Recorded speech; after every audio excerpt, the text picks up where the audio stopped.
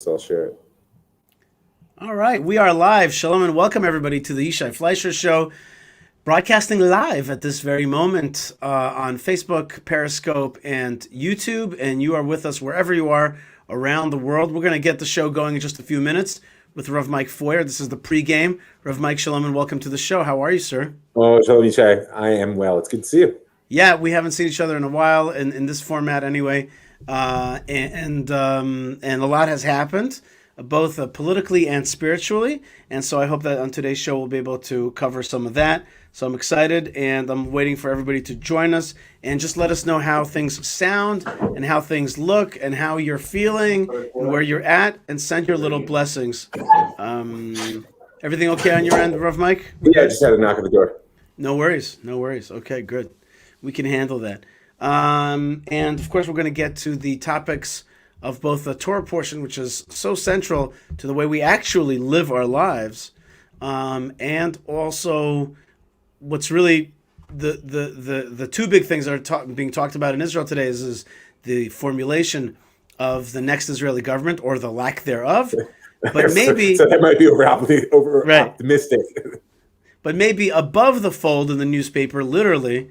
Above the fold is the topic of Yom HaShoah, the Holocaust Memorial Day. So leave me your comments. Let me know if you're hearing us, if you're feeling us, and I can't wait to connect with you guys. God bless you wherever you are, and let's start the show.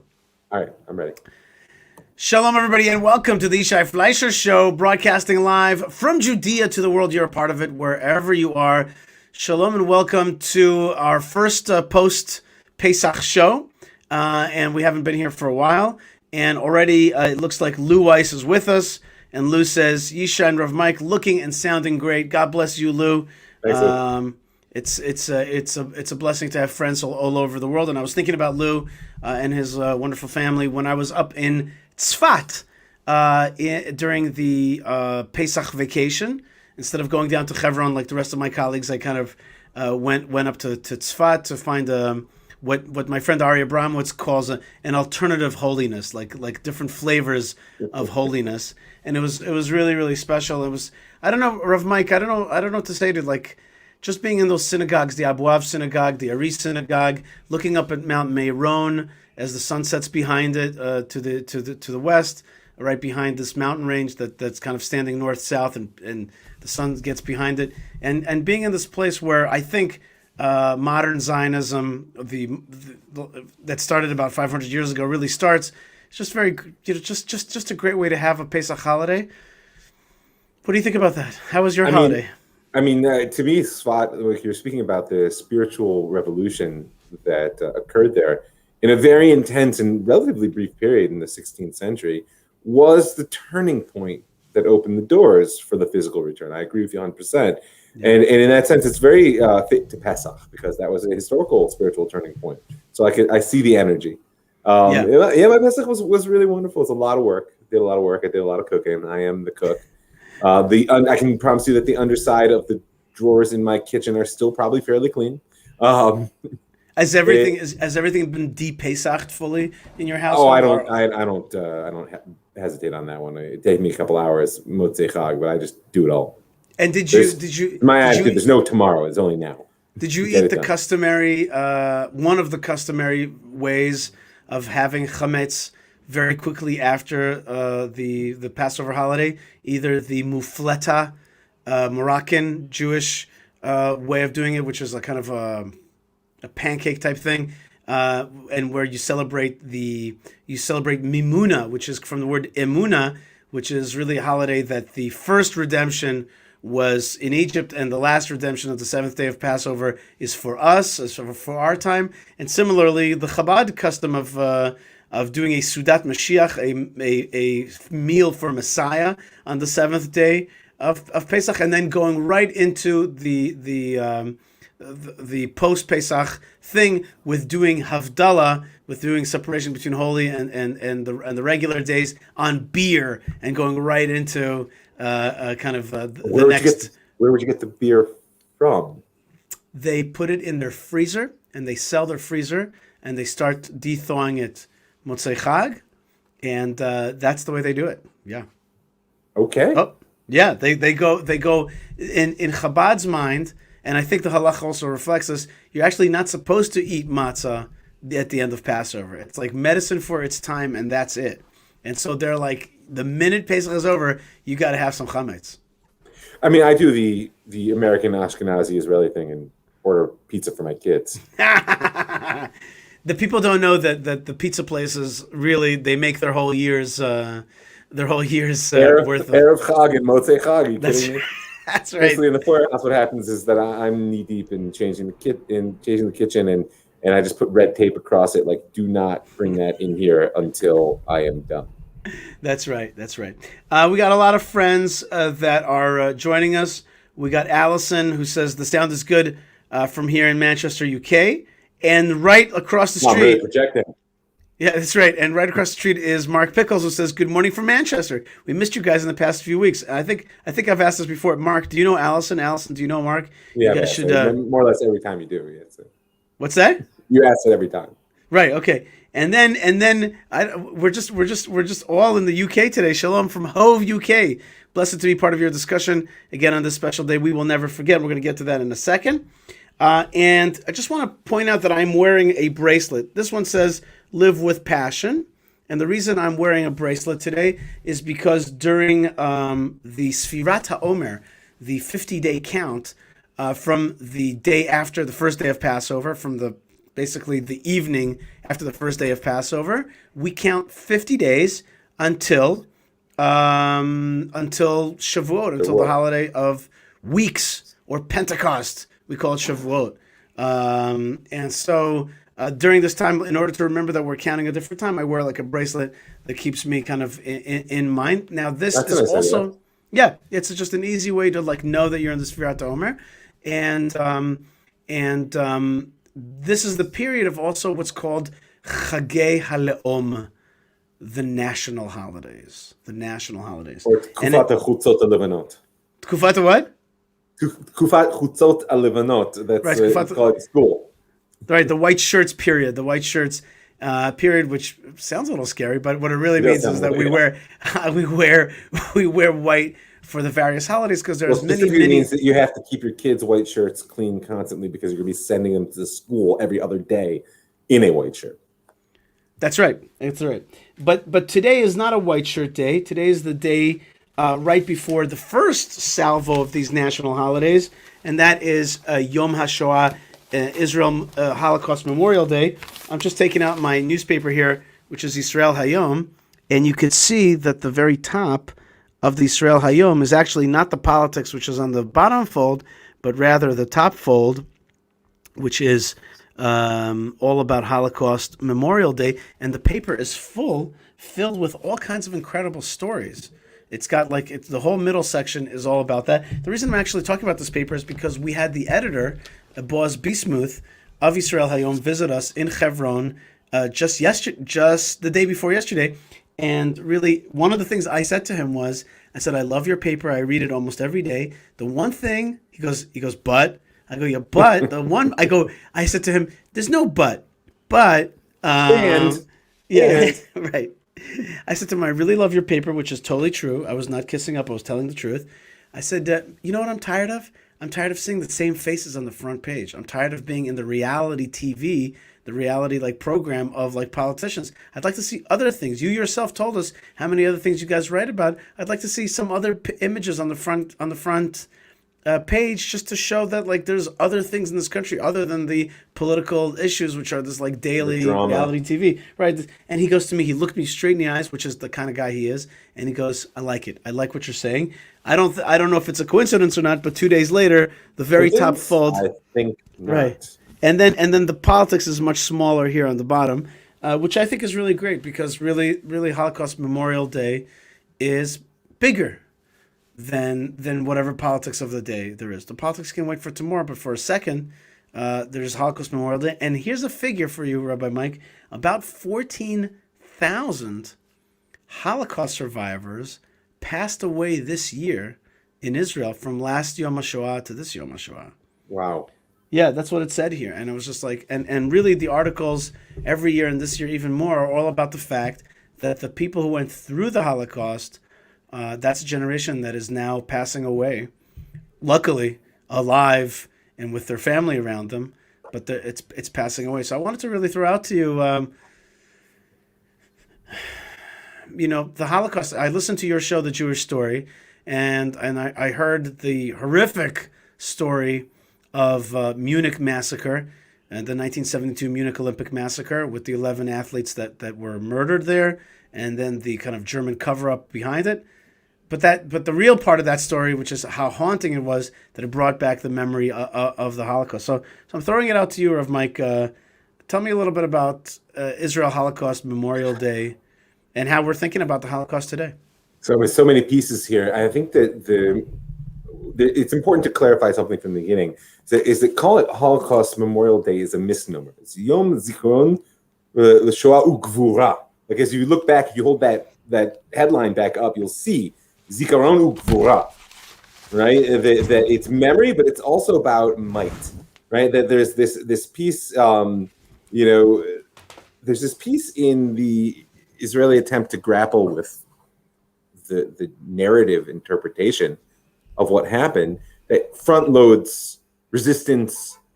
It used to be only like physical resistance. Focus was on the Warsaw Ghetto Uprising, which is why this date was chosen, and very noble, but let's say statistically less significant incidents of physical resistance. There's been a shift in Israeli culture toward an understanding that such gvura of resistance can take different forms.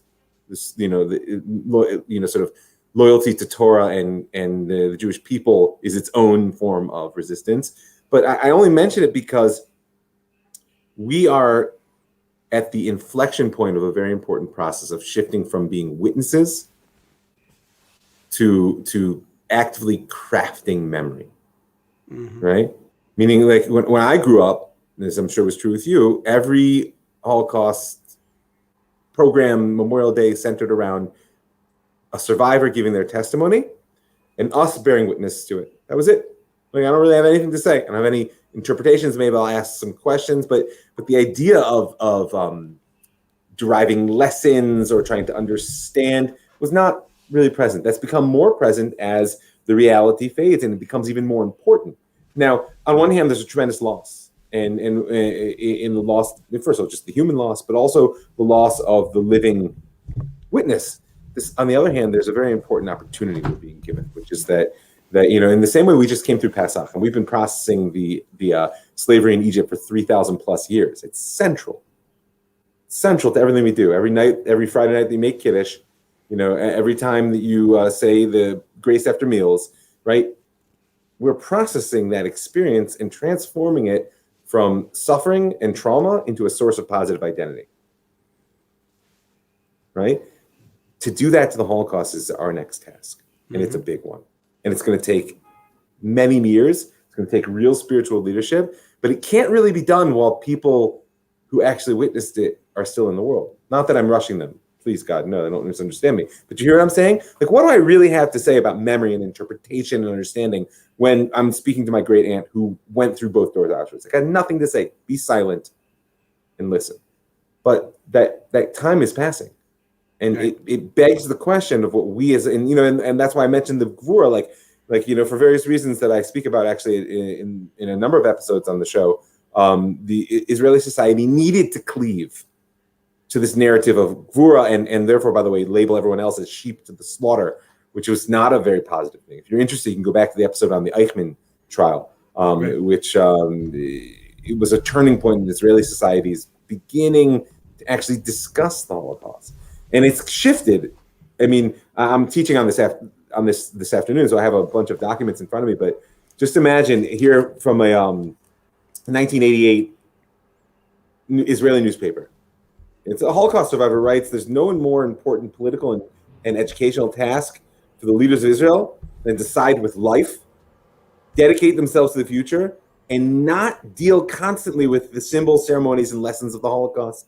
They must eradicate the domination of this historical memory over our life." You hear that? Forget it, he says. Let it go. Now, I think that's an illusion and a mistake, but what he's pointing out is that if you don't digest your history, you will choke on it. Mm-hmm. Right. We have a few different Holocaust memorial days in the Jewish calendar, in the classic Jewish calendar. Pesach is one of them, right? Pesach is like you mentioned before. It's like it's not just redemption. It's also like there was a mini Holocaust. There was a Realism. Holocaust going on, Yeah. you know, and 210 years of slavery, pretty serious. right. And then there's also Purim. Purim is the Holocaust in potential, and so much has been said about the linkage between the 10 people that were hanged.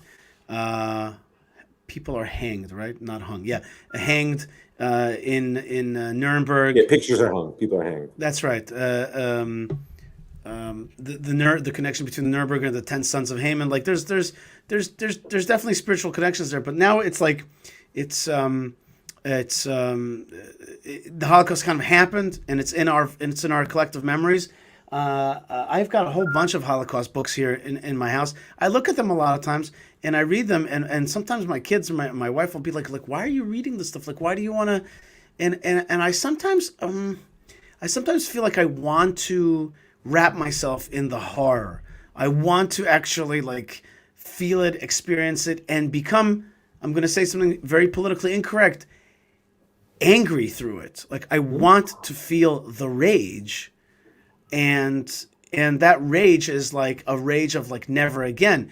On the other hand, just yesterday I heard Rabbi Shmuel Eliyahu, and he was actually addressing Israeli Arabs and Palestinian Arabs, and he was saying to them, like, I want you to know the truth. The truth is that God expelled us from this land, and now God is bringing us back. It's His decision, and you can't stop it, and nobody can stop it, and the ICC can't stop it, and the world can't stop it, because that is what God has decreed and decided. He made an amazing video yesterday, but like in another sense, on one sense, it's like there was a horrible people who did a horrible thing against us. We should never allow that to happen again. If it's Munich massacre or if it's the EU funding of today's land grab and anti-Israel narrative that is being funded to the tune of 100 million euros a year, chiefly by Germany. Okay, so it's like I am still damn angry. And it's important to embrace that anger and not to have that somebody take away my right to be angry, which I think is a very big part of Holocaust memory. And on the other hand, also realizing that Hashem has done it, and He's also brought us home. And to this, I add one thing that I want you to comment on, which is when I showed this newspaper of Israel Hayom, you know what else I thought to myself? I am reading about the Holocaust in the state of Israel, in the Hebrew newspaper. And the memory of the Holocaust is written in this beautiful paper by a very lovely, in a very lovely writing. And the front page, as I'm showing it for the people who are watching, is of the grandchildren, yes. and of the rebirth and continued life, the flourishing of life that has come through the survivors. So when we speak about historical, not just interpretation, but real processing, like it's a phrase I maybe have shared with you before, historical mastication, which is like a awkward sounding phrase, but mastication means chewing up and swallowing. I mean, how do we digest that which history has given us? Mm-hmm. But one of the ways in which we do that is by building the future that we feel the past asks of us, right? And so that's why, on one hand, the sort of anger. Right. One of the things we feel that the past asks of us is like, basic message when somebody says they're gonna kill you all, believe them, right? And if you have to lean a little bit toward the edgy, I'm angry side, you know what? Not the worst thing in history. The Iranians say we're gonna build a nuclear bomb and drop it on you, and everyone says, nah, they don't really mean it. We say, no, I kind of believe them. And even if I'm not sure, I'd rather be wrong. So that's one side. The other side is building a flourishing society, which embodies everything which the Nazis attempted to destroy. Right? They were an anti-humanity. Aside from the fact that they were anti-Am Yisrael, and it's clear we need to build a society in which Torah can flourish in its most sort of most life-giving sense. But they were anti-humanity, and so we need to build a society in which humanity can flourish. And that's, by the way, one of our challenges today is we're not really sure our wisdom of how to build a society of Torah and how to build a society in which the broadest swaths of humanity can flourish. We're not really sure how to do that because our Torah narrative is a very particular communal narrative And the human narrative right now, in many ways, cuts across that grain. You can take your pick in terms of aspects of identity and aspects of power. And, we've spoken about many of it. And that's okay. That will work itself out. But the key is we need a deep commitment, not just to learn about the past, but to build the future that we believe the past asks of us. Praxis, it needs to be embodied in action. What was the word you used? Praxis? Praxis. Can you remind me the meaning of that word and remind Yes, maybe, in fact, maybe a listener? like I said, that knowledge comes through an engagement and an invention and a reinvention of self, which is when I learn something and I embody it. I become someone new who re-engages what I learned, and that itself pushes me to become something else, right? Praxis is where knowledge and action come together. Mm-hmm. That's why we speak about, you can be orthodox, which means that there's a set of beliefs which are sort of you're committed to and are beyond critical analysis, but you can also be orthoprax, which is an unwavering commitment to certain practices which are formed by knowledge, but themselves also change your knowledge, right? You can learn all you want about tefillin, but there's things you can't learn until you put them on in a public airport. You understand what I'm saying? That's a moment of praxis. That's right. You become a very different person because it's second only basically to dropping your pants in public in terms of feeling exposed. Well, it depends which airport, of course. If you're in the New York, New Jersey airports, then nobody even thinks twice. Right, it's like whatever. What section, right? But if you're no, in New York, New Jersey, you could put it on anywhere. If you're in other airports, then it becomes a little bit weird. If you're in LA, that's fine. I was in Brussels once. Right, that kind of airport right there. The kind that people are like scared of that kind of thing. That's a totally different thing. You're absolutely right. It's absolutely a Jewish must is to put on tefillin in a uncomfortable airport. That's 100%. And it's a great demonstration of praxis because it's an action which connects you to knowledge that makes you a different person who understands what you already knew in a different way, which will drive you to different actions. Very good. Okay, that's great. There's a few comments here. First, Selwyn says, Shalom from Johannesburg, South Africa. Hello, Selwyn. Selwyn, God bless you. Thank you so much. And Lou says, being a son of Holocaust survivors who passed away many years ago, it's sad for me to see that there are less than 180,000 survivors left in Israel. The word sad, I understand what you mean. You mean to say like it's sorrowful to see them go. On the other hand, yesterday I was at the day before yesterday I was at the tomb of the mothers and fathers and the ancestors in Hebron, and this lady, this 70-year-old lady, something like 70-year-old, was walking around. I can immediately see that she would belong to one of the Jewish sects that probably lived in either in Bnei Brak, but I guess correctly just from some cultural cues that she's from Mea Shearim. And I saw that she was surrounded by grandchildren, girls. It was like an all-girls trip to the Marat Machpelah. And I went to talk to her. She had striking blue eyes. And I chatted with her. She said that her and her brothers and sisters only were like 3, but then there's like 100 grandkids already. And I turned to Noam Arnon, who's now Dr. Noam Arnon. He got his doctorate now in the study of Marat Machpelah. And I said to him, politics doesn't matter. Like, this is what matters. There's like these grandchildren that are here today at Marat Machpelah. That's the real thing. And so what I'm trying to say is, the survivors are going, but they're leaving behind next generations. Like Hashem has given us the miracle of rebirth. And so a survivor that is passing away now, let's put it this way, he or she's a lot luckier than those who didn't get a chance to see this. But I actually believe inside my heart that there's transmigration of souls. I like to imagine, that picture of the woman who's clutching her like 10-year-old and you see that, I think it was in Ukraine, you see that she's just about to get shot, and with one bullet, both of them are going to lose their lives, which they did. But I'd like to imagine that the minute that bullet destroyed those lives, that very second, in a movie-like fashion, a child was born 60 years, 70 years later in Eretz Yisrael, and that child, that was the same neshama, that's the same soul. I like to believe that at that very second, at the same time, it was 70 years later, and that soul was born there. It's a kind of movie-like visual. Next thing is, Denise says, being the daughter of Holocaust survivor, I thank you for bearing witness never forget, never again.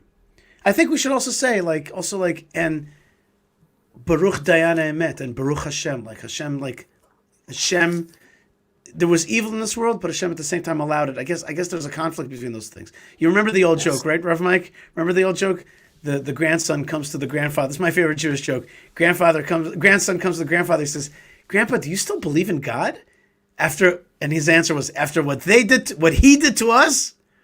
I messed it up. After what he did to us, which is like, of course I believe in God. He did it. I may not like it, but it was definitely him. Speaking of that, let's go on to the next section, which is dovetails very perfectly, which is the book of Leviticus Vayikra and the Torah portion of Shmini, the 8th day. And for 7 days, the tabernacle is being put up and put down by Moses. And on the 8th day, it's time for the Kohanim to take up their job of being the people who give sacrifices. But on that very day, which is also Rosh Chodesh Nisan, the kind of first day that the tabernacle is going to be really active and activated, it's also going to be the day where tragedy strikes, and that is that the two sons of Aaron, of his 4 sons, 2 of them, Nadav and Avihu, offer up a strange fire. Did they give did they bring a sacrifice that was not called for? Did they have schnapps beforehand? There's rabbinic commentary that says that they had some l'chaims beforehand. Or actually, were they quite holy? And that is why they were taken, but they get basically zapped, where a fire enters their nostrils and kind of burns them out from the inside, and they're the 2 sons of Aaron that get killed on this day. Now, on the one hand, there's plenty of commentary that says they had made some grave error and were punished. But on the other hand, Rashi right there says that Moses says to Aaron, "I knew that one of us was going to be sanctified through death for this tabernacle. I didn't know that it was going to be them. It turns out that they're holier than you and I." And indeed, there are books. There's a book written that I once saw in a shul, and I never saw it again. A whole thick book about the high elevated status of Nadav and Avihu in the Kabbalah. So it's like the victims of the Holocaust. On the one hand, they're taken. Was there an anger against them? Was there an anger against that generation? And on the other hand, we know that through their sanctification, somehow that also was part of the rebirth of the Jewish people in the land of Israel. And it's the nature of Torah as life that you can tell both stories, and the fact that they can't both be true is it's just a silly attitude. You know what I mean? Like that's why the midrash we say they imikashmi midrash on midrash. We don't say, oh, well, the midrash said this, so it couldn't possibly say that. No, it's an understanding that the death of Aaron's sons has more than one message. And in the same way that the murder of 6 million has more than one message, right? And depending on who you are and what the moment is and what the future you're looking to build may be, the story which you tell when you look to the past will change. But to me, it's important, especially for people who aren't necessarily familiar with the story, to just note that Aaron's response, I think, is the most important initial response, right? And the verse I'm looking now at chapter 10, line 3, when Moshe comes down and says, as you noted, right, that, oh, this is what God told me. He says, "B'krovai kadesh," right? I'm going to be sanctified through those most close to me, in the sense that they were somehow the final sacrifice in the construction of the tabernacle. That image that some people put forward, that the 6 million, right, their deaths were what finally opened the gates for where we are able to sit now. And I'm not asking people to accept that. It's just there is a relationship there, just in chronology. Causality, correlation, I leave that to your interpretation. But then Aaron's response is the Aaron. He was silent. And I think that our ability to stand silent first and then to commit ourselves to an action of building the world which we feel this terrible tragedy demands of us, and only then to enter into the narrative constructs of how do we tell the story. I think it's a very important instruction that comes out of this parsha. Vayidom Aaron, and we here in Israel, we will be standing in silence on Yom HaShoah tomorrow, and also in on Next Yom week in Yom HaZikaron. HaZikaron. Interestingly enough, this issue of standing in silence has also become a political issue, where some members of Israeli society, most notably Arab Israelis, a lot of times, and Arab Israeli Knesset members refuse to stand in silence sometimes in these days, and that's a source of huge contention. And yesterday, at the swearing-in ceremony of the Knesset members, some Arab Knesset members refused to do the regular swearing-in ceremony and added, and we will also work to end apartheid and occupation. They threw that into the end of their oath. And therefore they were actually not, their oath was not accepted, and therefore they do not yet have the privileges of Knesset members until they say that. That's very interesting. Moreover, when the Hatikvah was sung, some of these Arab Knesset members left the plenum in order as a show of rejection of the Hatikvah. So definitely very dramatic stuff. And then the president of Israel refused to be at the famous kind of picture of all the heads of the parties and the Supreme Court, the Chief Justice of the Supreme Court, and the Prime Minister, the heads of the parties, and the president. He refused to come in there in some kind of protest. So there's really some also rumblings about the very fabric of the state of Israel. So that was, there was definitely meaningful drama or drama. I wonder whether it's meaningful, because as we've spoken about and we were speaking about before the show, there's a difference between drama, which is simply sort of like interpersonal attempts to cut through the noise and seize attention, and drama, which is based on a recognition that as precious as the vessel of the Knesset and the state of Israel have been in getting us where we are now, they're not the final product. Right. And so therefore, we need to open ourselves to the question of what's the next stage of building, and how much deconstruction is going to be necessary for there to be a reconstruction. Like I see the Knesset behind you there. And sometimes you have the Mikdash and sometimes you have the Knesset. And like, I wonder how much those two buildings at a certain point begin to stand in opposition. Right. And where the momentum of Jewish history goes then. I have written a few times, that the Knesset is one of the holiest buildings in Israel. And what I mean by that is very simply the decisions of the reborn Jewish state are taken there. And people just jump on me and they just say, how could you say this place is holy? And I'm like, well, because it's holy not in the same way that the Temple Mount is holy, but it's holy in a different way. And it's, and it's quite, if you believe that the rebirth of the state of Israel is a holy endeavor, now not holy in the sense that it's sacrosanct, that you can't, disagree with it or also see its dark sides, but like there's a holiness to this thing.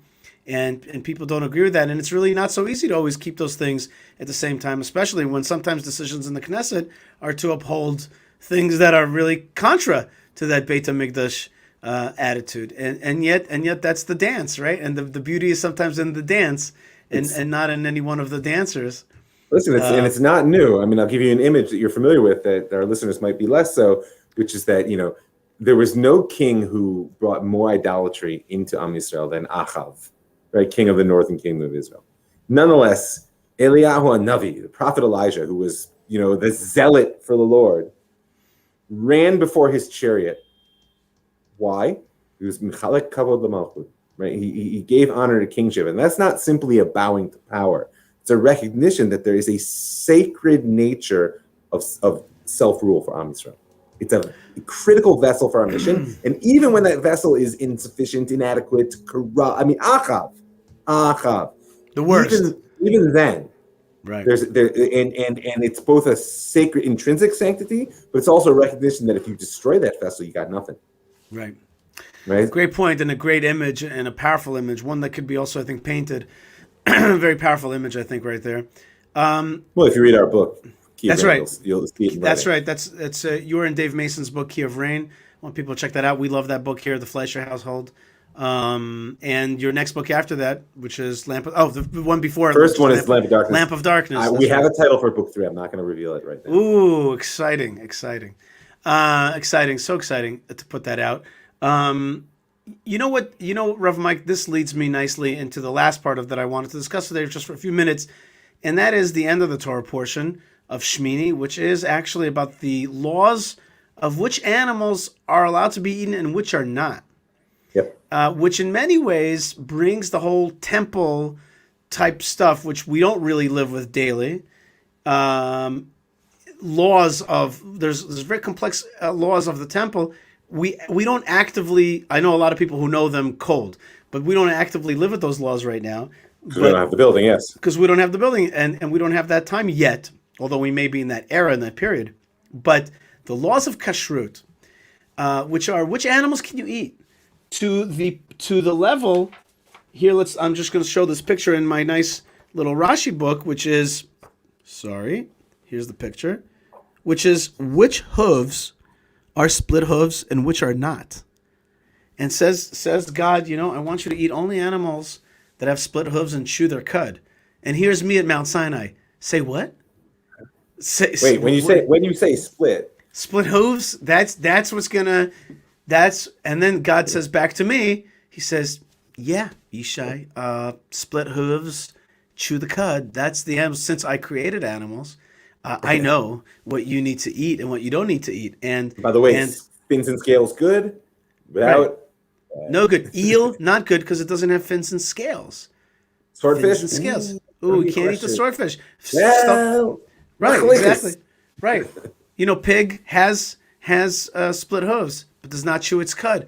Okay, and I, to me, I always tell my kids, like every other Shabbos, every other Shabbat, I say to my kids, you can always analyze the Torah from the perspective of achieving a certain goal, which is eternity. And the cool thing about the Jewish people is that the word eternity is the same word as the word for victory, which is netzach or nitzachon.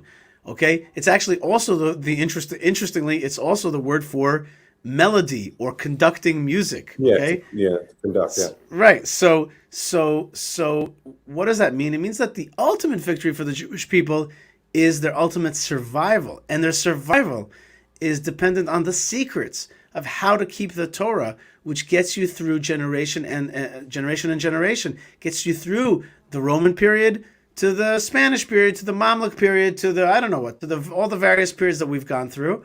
And here comes the Torah portion, and it's going to give you in exact detail which kind of animal to eat, which kind of fish to eat, and for birds, here's the list. Here's the list, and I don't want you to eat this kind, and I want you to eat this family bird, and no hawks and no eagles, but of course, the chicken. Hodu Lashem Kitov. That's right, Hodu Lashem. Well, Hodu is one of the tricky ones, the turkey. Turkey.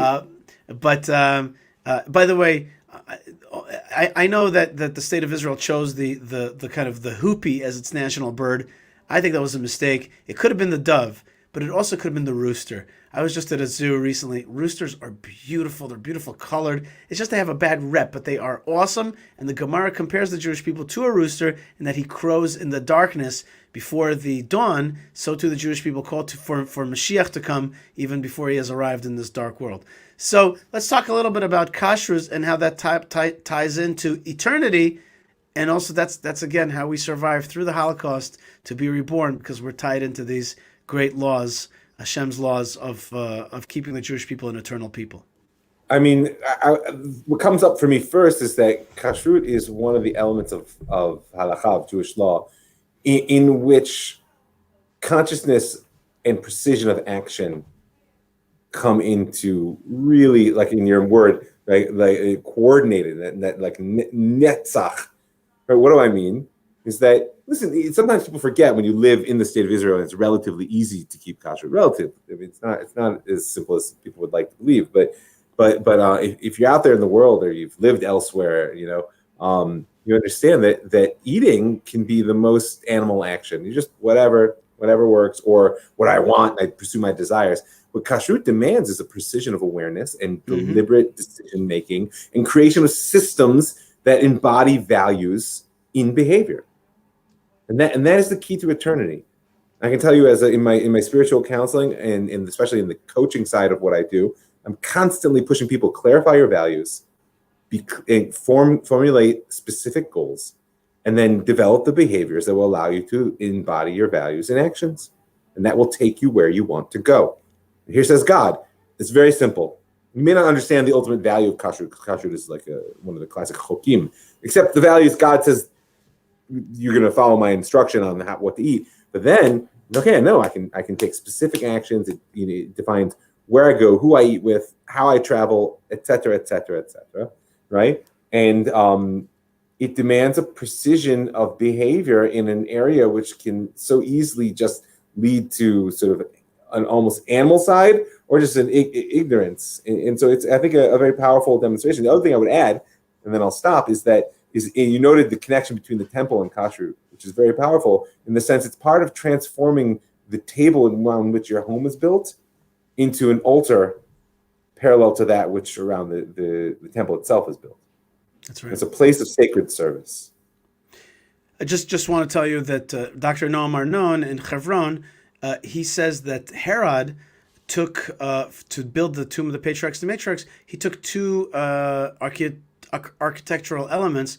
One was from Hellenistic mausoleums, but the other one was from the tabernacle. And that's why it looks like a kind of tabernacle tent around the top. And so, on the one hand, honoring the dead, but on the other hand, the service of God in life. And Agnes writes from Indonesia. She says, "Shalom from Indonesia," says Agnes. And then she writes, here's this question. She writes, "Jews cannot eat pork pig?" That's like a defining no. Right. So the answer is, Agnes, the answer is no. Jews do not, Jews who follow God's law, the Torah law, which is, in this case, by the way, a lot of Jews do not eat pork, and certainly the Torah says to us, do not eat pork. Let me put it to you this way. If you just didn't know this, both myself and Rav Mike Feuer and people like us certainly do not eat pork. And if we did in our lives, that was a sin that we tried to atone for in previous iterations. In fact, my parents, who were really not observant, the one thing that they kept away was always pork. That kind of meat, and it's considered something that is defiling. It's considered something that hurts your spiritual essence. And basically, the famous phrase is, "You are what you eat." And God says to us, "I want you to be holy animals. I want you to be pure animals, and do not eat pork." And in general, there's a big question. People like Rav Mike Feuer even stay away from meat altogether. That whole discussion of how to eat properly. And just to add one more point to that, which is we have a very didactic slaughtering system. And that slaughtering system is meant to be humane on the one hand, and on the other hand, the Kabbalists say that this is meant to release the spirits that are the Gilgulim, the spirits that are trapped in animals and in food. And the way to do that properly is to eat it in holiness, to wash your hands properly, to say a blessing, to chew things in a way that you also concentrate on where it all came from and what's there, and releasing the energy to use food not as something that you just throw down the gullet, but rather concentrate on it, get the most godly energy, be the most efficient burner of the food, the gift that God gives you, by concentrating on it, by giving it the recognition that God gave you this food in order to energize you, that He brought you this food at this time, that He protects you. And really to make the act of eating a much more solemn and concentrated act, and therefore a consecrated act as well. Let's finish up. Mark Pickle says, "Fascinating to learn that victory, eternity, and music conducting are related in Hebrew. It makes me think of the last lines of the last psalm, where the temple orchestra and the choir are a microcosm of the world coming into harmony in the breath of God." Absolutely. That's absolutely true, Mark. Look it up, Mark. Netzach. It's an amazing word. And the middle of Psalms, one of the sort of categories of Psalm is La Menatzeach. That's right. It was written for the conductor.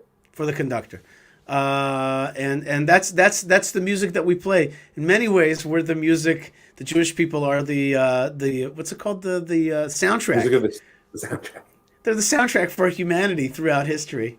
Oh, I'm gonna think about that one. Yeah, the soundtrack for humanity. The history goes on, but there's like something that's always playing there, always We in got the the beat. background. We got the beat. That's right. That's right. Rav Mike Feuer, speaking of the beat, I want to thank all the folks that make the show possible, like Ben Bresky. Why do I say the beat? Because he used to have a great show called The Beat on yeah? Sheva many moons ago. Yeah, Ben Bresky, The Beat, and Moshe Herman and Tabitha and Yocheved and our friend Lou Weiss, all people that help make this show happen. I want people to check out your spiritual counseling that people can find at ravmike.com, and your other podcast, which I'm a big fan of, called jewishstory.co. So I want everybody to check that out. And I want everybody to write you an email. What's your best email, Rav Mike Feuer? Yeah, ravmikefeuer@gmail.com. Bang! Just like that, folks. Just like that. ravmikefeuer@gmail.com.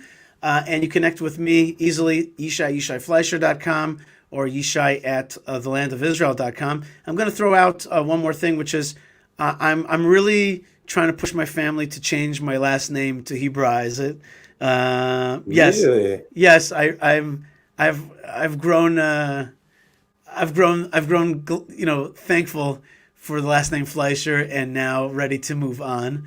So I'm trying to revolt here against that. So if anybody has any thoughts on that, and what you feel would be a good last name, or if I should do it or not, and yourself also, Rav Mike Feuer, you could if you have time to chew on that, that'd be fun. Yeah, we'll talk about that. I have something in mind already, but I'd love to hear other people's opinions. And I guess that ties into Yom HaShoah, which is, memory, remembering where we came from, remembering the people that survived, that God gave the gift of survival, and being reborn in this land in our time, in our great time, and really being, more than anything, I think we owe it to the Holocaust to be excited to be alive, to be excited to be serving God in fire. We just learned in the Daf Yomi that God gave the Torah in fire, that it was created in fire, and we have to serve God, therefore, in fire, and come out of the fire of Auschwitz and into the fire of serving God in excitement, and certainly serving Him in a time where the Jewish people are reborn in the land of Israel, and not to succumb to the extinguishing flame retarded, flame extinguishing forces of cynicism and of darkness, but rather get excited, turned on, and really serve God in fire. When I speak with you, Rav Mike Feuer, I get fired up. So I want to thank you very much. That's my name. That's right, Feuer. That's right. It's funny you say that. Right before Pesach, I had to take some of my kitchenware and burn it. Like not burn it to destroy it, but like go a flame over it. And I'm like, where should I do that? And I remembered my good friend Baruch Brenner. I'm like, Brenner, that's your last name. I went over. He had, Brenner means like flamethrower, and he had the flamethrower. So we did it there. So your last name is Feuer, means fire. He's fire in German, yeah. Bang! There you go. There you go. So therefore, that's the Netzach, that's the fire, and I want to thank you, Rav Mike Feuer, for joining me, and wish you a Shabbat Shalom and a proud and deep remembrance on Yom HaZikaron V'Hagvura. Amen. To yourself as well. God bless you, folks, wherever you are. Rav Mike Feuer, thank you so much for joining us. Thank you, folks, wherever you are. Lots of love and lots of blessings from the land of blessings. Again, write me an email, yishai@yishaifleisher.com, and we'll see you soon with more great stuff right here on these channels. Shalom.